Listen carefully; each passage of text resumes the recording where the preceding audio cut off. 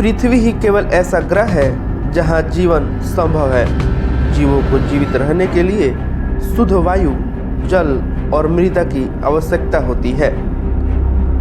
मानव जनसंख्या और मानव गतिविधियों में निरंतर वृद्धि से वायु और जल, मृदा तथा अन्य प्राकृतिक स्रोत दूषित होते जा रहे हैं और जीवों के उपयोग के लिए अनुपयुक्त हो गए हैं। आज के इस वीडियो में हम जानेंगे वायु प्रदूषण के स्रोत और पर्यावरण पर उनके प्रभाव। साल 2019 में केंद्र सरकार की संस्था ICMR की एक रिपोर्ट में यह बताया गया था कि वायु प्रदूषण की वजह से भारत में 16.7 लाख लोगों की मौत हुई थी। इतना ही नहीं, वायु प्रदूषण के कारण देश को 2,60,000 करोड़ रुपए से ज़्यादा का आर्थिक नुकसान हुआ था। लेकिन क्या ये आंकड़े आपके लिए मायने रखते हैं? दिल्ली से लेकर उत्तर प्रदेश और बिहार समेत भारत का एक बड़ा हिस्सा एक लंबे समय से लगातार वायु प्रदूषण की चपेट में है। बारिश के महीनों को छोड़ दिया जाए तो हरियाणा, उत्तर प्रदेश, दिल्ली और बिहार जैसे राज्यों में रहने वाले लोग लगभग पूरे साल प्रदूषण की मार झेलते हैं। यह वीडियो बनाते समय तक दिल्ली में बेहद बारीक प्रदूषक 462 था, जो कि 50 से भी कम होना चाहिए।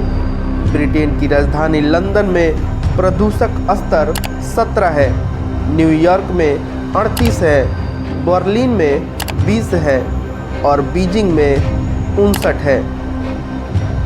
सरल शब्दों में कहा जाए तो दिल्ली से लेकर लखनऊ में रहने वाले लोग इस समय जिस हवा में सांस ले रहे हैं वो स्वस्थ लोगों को भी बीमार बना सकती है और पहले से बीमार लोगों के लिए गंभीर खतरे पैदा कर सकती है। Indian council for medical research ने अपनी हालिया रिपोर्ट में बताया है कि भारत में साल 2023 में 17.5 लाख लोगों की मौत के लिए वायु प्रदूषण को जिम्मेदार ठहराया जा सकता है। इस रिपोर्ट में यह भी बताया गया है कि 1990 से 2023 तक हवा में मौजूद प्रदूषण की वजह से होने वाली मौतों में 115% का इजाफा हुआ है। अंग्रेजी अखबार द हिंदू के मुताबिक वायु प्रदूषण फेफड़ों से जुड़ी बीमारियों के लिए 40% जिम्मेदार है। वहीं ischaemic heart disease, stroke, diabetes और समय से पहले पैदा होने वाले नवजात बच्चों के लिए मौत के लिए वायु प्रदूषण 60% तक जिम्मेदार है। रिपोर्ट यह भी बताती है कि अगर कुछ न किया गया तो वायु प्रदूषण से होने वाली मौतें, बीमारियां और आर्थिक नुकसान की वजह से भारत का साल 2024 तक $5 ट्रिलियन की अर्थव्यवस्था बनने का सपना टूट सकता है। ऐसे में सवाल उठता है कि क्या ये रिपोर्ट एक जन आंदोलन को जन्म देगी या दूसरी अन्य रिपोर्ट की तरह भुला दी जाएगी।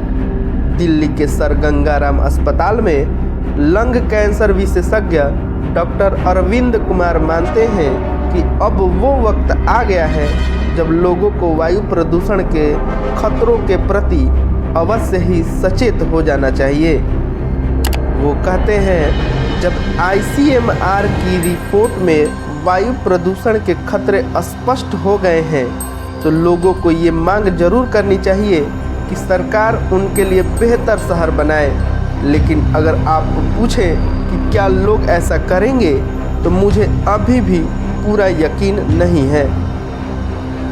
भारत में वायु प्रदूषण का खतरा इतना संगीन है, इस बात का अंदाजा इससे लगाया जा सकता है कि साल 2023 में जितनी मौतें प्रदूषण की वजह से हुई हैं उतनी मौतें सड़क दुर्घटनाओं, आत्महत्या और आतंकवाद जैसे कारणों को मिलाकर भी नहीं हुई है।